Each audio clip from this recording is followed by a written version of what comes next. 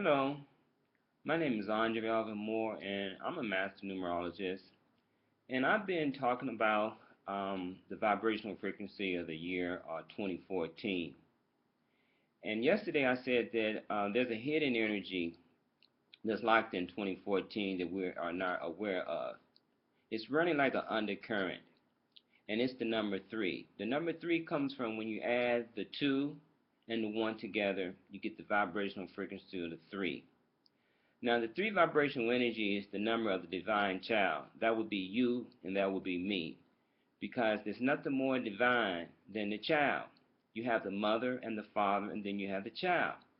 I spoke on my previous video about the number 1, which is the father or the male energy or the God energy. And the video prior to that, I spoke on the vibration of the number 2, which is the goddess energy or the female energy. And so when the female energy is impregnated by the God energy, or when the 1 energy is inserted into the female energy, you're going to have a birth. Creation comes forward, and that creation is us. Now, when I say us, I mean the physical body us, because as a spirit, we are not created. But our physical body is born, and we as spirits are inside of this physical body. So the 3rd vibrational energy is ruled by the planet of Jupiter, and the 3 rules the throat chakra. The 3 energy deals with communication, but it's much more deeper than that. Take a quick look at this 3 energy here. As you can see, this 3 energy has 2 openings. It has a top opening, in which is called an upper chamber, and it has a lower opening, which is called a lower chamber. This top chamber here is this energy is moving out of this 3 energy. I don't know if you can really see this that well, but the energy is moving out at the top and at the bottom. Creation, if you go into meditation, you'll hear a sound that the creation makes. It goes something like, oh. That is a vibration. Out of that vibration, all matter is created. From that vibration of Om, all creation is manifested. Now, the lower chamber is how we create. When we speak, when we communicate, when we think, our thoughts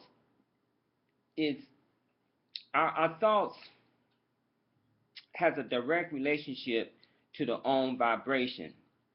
And that Om vibration is going to materialize what it is that we're thinking about. So we have to learn to control our thoughts, because the universe does not discriminate when it comes to giving you what you're thinking about. Say, for example, if you say that you're hating someone or hating something, the universe does not say, well, he or she don't really mean that. The universe is just going to respond to that hatred vibrational frequency, and it's going to manifest that that creation. So you must take responsibility for your thoughts. That's something that you have to learn to be more in control of. Now, in the beginning was the Word, and the Word still is. See, God said, "Let there be," and that was like a commandment. And when God spoke that, it became into being. It became into existence. Now, creation has 3 aspects, and you're probably only familiar with one of those 3 aspects. And this is not the time and the place to really break down all 3 of those aspects, but I want to touch on the 3rd aspect. But the first aspect is the physical aspect. That is the aspect that you are the most familiar with. You're in a physical body, you're on a physical planet, and you pretty much, I guess you pretty much can grasp that concept pretty readily. even though it's very doubtful that you really understand the full significance of the physical aspect. But for sake of argument, let's just say that you're comprehending your physical existence very well. Then the second aspect is your astral aspect. That's an aspect in which you probably don't know anything about. And then the third aspect is your casual aspect, and that's the level that I definitely know that you don't know much about, because it's the aspect that very few are privy to know about. But the casual aspect deals with the realm of thoughts, ideas, and the three energy rules thoughts and ideas, because everything that's creative originated in a thought. It has a thought form. And this whole universe is created because of God's thoughts. And God is holding everything together because of his will. He's willing it. He's thinking it, he's willing it, and he's holding it. And you have the same capacity to bring things forward through the power of your thoughts as well. But we have not really learned how to master the correct usage of our thoughts. We think without consciousness, and so therefore we're not manifesting with, intention, and so we're ending up creating things that's not as desirable as things could be if we had better uses of our thoughts and better understanding of our thoughts.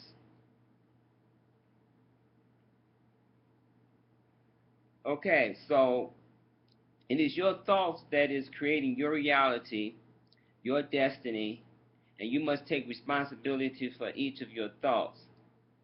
Thy will must be done. What you are thinking must come to pass. It is not now, then at a later time. If not in this incarnation, then in a future incarnation. The power of sound builds and destroys foundations. So you must be careful how you speak. You must create your thoughts wisely. Remember a few years back, a singer by the name of Ella Fitzgerald used to have a commercial where she would hit a certain pitch, a certain sound, and a wine glass would break. And the narrator will ask the question, is it live or is it Memorex? Meaning that was you hearing a tape of Ella Fitzgerald's voice that broke that tape, or was her actually singing? But the significance of that demonstration was that the sound has power to create and to destroy.